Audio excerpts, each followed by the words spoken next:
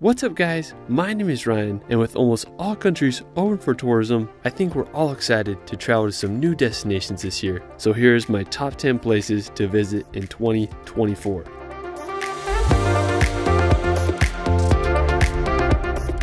With tourism almost completely back to normal, 2024 is going to be a year full of travel. Whether you explore the dramatic landscapes of the Faroe Islands or go on an African safari in Tanzania, I hope you can all safely visit some new places this year. Let's start this video off in Croatia. I was able to go to Croatia last summer and it quickly became one of my favorite countries. From the incredible scenery of the Dalmatian coast to medieval seaside towns, Croatia is one of Europe's hidden gems. One of the most iconic places in Croatia is Dubrovnik. Located in the southernmost part of Croatia, Dubrovnik is this incredible medieval city built right on the Adriatic Sea. One of my favorite things that I did during my time in Dubrovnik was walking on top of the city walls. You're able to loop the entire city and experience Dubrovnik from a new perspective. Another impressive place in Croatia is Plitvice Lakes National Park. I remember seeing pictures of this place years ago and I've been wanting to see them in person ever since. The area is renowned for its crystal clear terraced lakes that are connected by beautiful waterfalls. If you want to experience one of Croatia's unique islands, I really enjoyed Dugi Otok.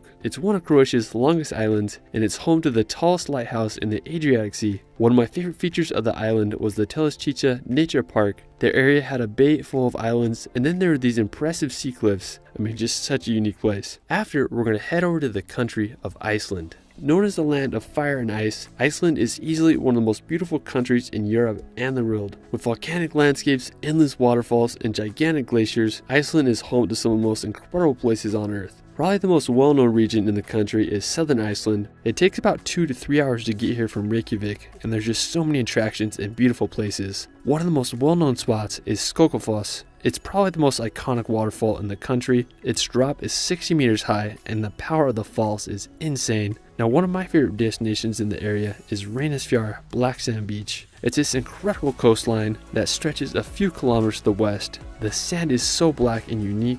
My favorite feature of the beach is the Reynisdrangar rock formations. There are these jagged sea stacks that jut out of the sea with constant waves pounding on them. One of my personal favorite places in Iceland is its highlands. It's located in the interior of the country and it's an extremely unique region home to otherworldly landscapes. One of the most impressive places is Landmannalaugar. It's home to rainbow colored mountains and there's a good amount of volcanic activity in the area with tons of thermales shooting out steam. I mean, Iceland just has so many incredible places to explore. While we're still in the Nordics, we're going to visit the Faroe Islands. I visited these incredible islands last year and became one of my favorite places I've ever been. The Faroe Islands are located between Iceland and Norway, and they're home to some of the most dramatic and epic landscapes in the world. One of the main reasons I wanted to go here was to see the Drangarnir Sea Stack. You can either get there by taking a guided 6-hour hike, or you can also go on a boat ride. I decided to take the quick boat ride, and I had a incredible time exploring the area and marveling at the one-of-a-kind sea stack. Nearby is the Mulfusor waterfall. It's one of the most scenic waterfalls I've ever seen as it cascades down into the sea. Another incredible place is Kalsoy. It's this narrow island and I had to take a ferry to get onto it.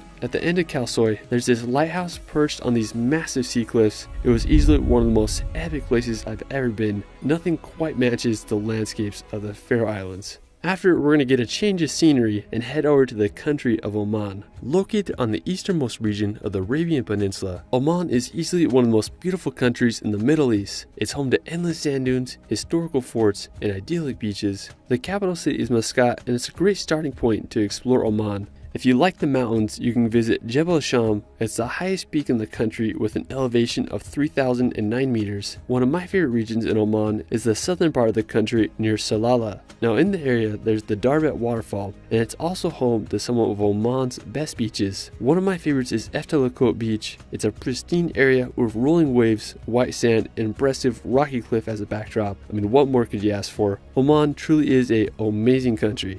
After, we're going to visit the nearby island of Socotra. Located in the Arabian Sea, Socotra is one of the most mystical and beautiful islands in the world. Now, to travel to Socotra, it's best to go with a tour company. They will help guide you around the island and get you the proper visas and also schedule your flights out of the UAE to get there. Now, one of my favorite features of Socotra is its dragon tree. It's one of the most unique looking trees I've seen, and it has a red sap that looks like blood. Now the coastline of Socotra is also amazing. It has crystal clear water and white sand beaches. I particularly like Arher Beach with its sand dunes that are sandwiched between the cliffs and the coast. Socotra's scenery is truly on another level. Now after, we're going to head to Africa to visit Morocco. Located in northern Africa, Morocco was one of the most diverse and historical countries. It's home to snow-capped mountains, a mesmerizing coastline, and also the Sahara Desert. One of my favorite places is Ayet Ben Haddou. It's a historic clay brick village that dates back to the 11th century. It's been a popular filming site for movies and TV shows such as Game of Thrones. Another impressive place in Morocco is the Atlas Mountains. I mean, you wouldn't expect to find much snow in Morocco, but the Atlas Mountains are an exception. The highest peak is Toubkal with an elevation of 4,167 meters. Now when it comes to Morocco cities, Casablanca is the largest. My favorite feature of the city is the Hassan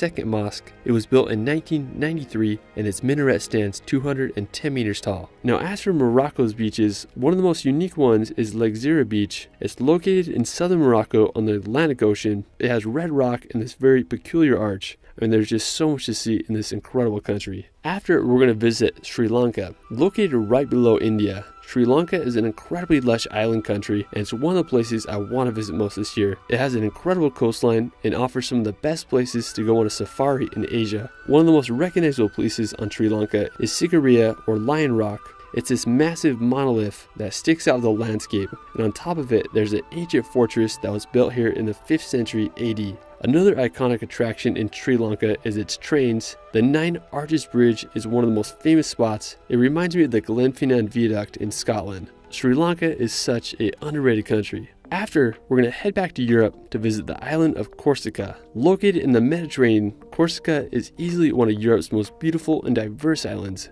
It's home to idyllic beaches, jagged mountains, and historical cities. One of my favorite places I visit on the island is Bonifacio. It's this medieval town that's built upon these sea cliffs. I mean, it seriously looks like it's going to fall into the ocean. I really enjoyed exploring the town, and there's also a picturesque harbor that was really nice to walk through. As for the beaches, I really love St. Anthony Beach. It's located just a few minutes drive from Bonifacio, and it took about 30 minutes of hiking to reach the beach. There was a massive rock formation that made for the most epic backdrop. While I was there, I noticed this cave in the rock, so I swam over to it, and to my surprise, it was a tunnel that connected to the other side. It was such a fun place to explore. If you want more of a chill beach experience, you can visit the area around Pamombaja. It's home to crystal clear, calm waters, perfect for relaxing on the Mediterranean. Another one of my favorite places in Corsica is the Torre di Turcu. It's this medieval watchtower that's perched upon these cliffs. It was a somewhat demanding hike and took us an hour to reach the tower, but we were rewarded with some insane 360 views of Corsica's coast. It would be a perfect place to spot incoming pirates back in the day.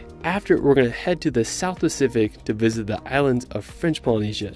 Located in the middle of the Pacific Ocean, French Polynesia is the definition of tropical paradise. It's home to pristine beaches, lush mountains, and the clearest water you've ever seen. If you come to French Polynesia, you're first flying to Tahiti. It's the biggest island in the country, and it's home to one of the most famous waves in the world that is located just off the coast of the small village of Teopu. Now, one of my favorite islands in French Polynesia is Moorea. It's located right next to Tahiti, and you can get there by either flying or taking a ferry. It's known as the Pearl of the Sea, and it's one of the most beautiful places I've ever been. I particularly like Moorea's mountains. They are so jagged and unique looking. If you're more into beaches, there's some amazing ones such as Tahiamanu. It's this really relaxing beach with sailboats and amazing scenery. It's also a spectacular place to watch the sunset. While we're still in French Polynesia, we're going to head to Bora Bora. Of all the islands in French Polynesia, Bora Bora is probably the most famous, and after visiting it, I totally understand why. The geography of Bora Bora is pure perfection. There's the main island with its towering dormant volcano, and then it's surrounded by this reef that protects the island from the waves of the Pacific Ocean. Inside the reef, there's a lagoon which is home to some of the world's clearest water and is full of wildlife such as sharks and rays. One of my favorite places in Bora Bora is its southwest lagoon. There's this sandbar there that creates for one of the most epic scenes with Mount Otemano in the back. There was also some great snorkeling in the area. We went out on a little boat and we were able to swim with some sharks. If you want to experience tropical paradise this year, you gotta give French Polynesia a visit. For our final destination, we're going to head back to Africa to experience Tanzania. I went to Tanzania about 10 months ago, and it was one of the most memorable trips of my life. From witnessing herds of millions of wildebeest roam the savannah to Africa's highest mountain, Tanzania is one of the world's greatest wonders. One of the most iconic places in Tanzania is the Serengeti. It's one of the best places on earth to see Africa's wildlife. From leopards chilling in trees to cheetahs roaming the savannah, the Serengeti is the Lion King in real life. While we were there, we went on game drives every day. We were able to witness so many incredible moments, whether it was watching two lionesses enjoying the sunset or witnessing the endless herds of wildebeest. The most memorable moment was when we escaped a massive thunderstorm and we were able to watch these zebras grazing, accompanied by massive thunderbolts and the craziest sunset I've ever seen in my life.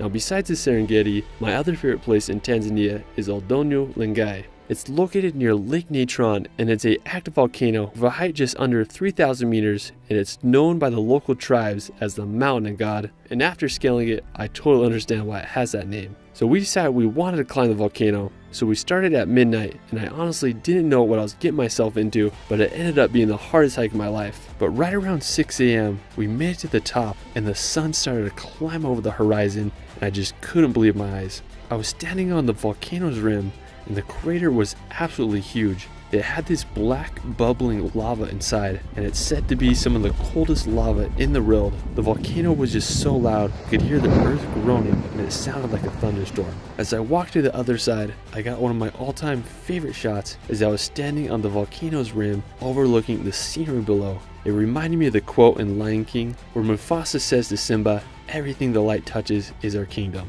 It was one of the most powerful views I've ever seen in my life. Our guide Elijah recommended that we headed back after spending about 2 hours on the top to avoid the midday sun. The trek was beautiful on the way down. When we reached our car, it was about noon, so it took us 12 hours in total. Even though it was one of the hardest physical challenges I've ever done, it was hands down one of my all-time favorite travel experiences. Well, that is it for my 2024 top 10. Let me know where you want to travel this year in the comments below. You can follow me on Instagram and TikTok at shirley.films. It's Ryan, and we will see you later.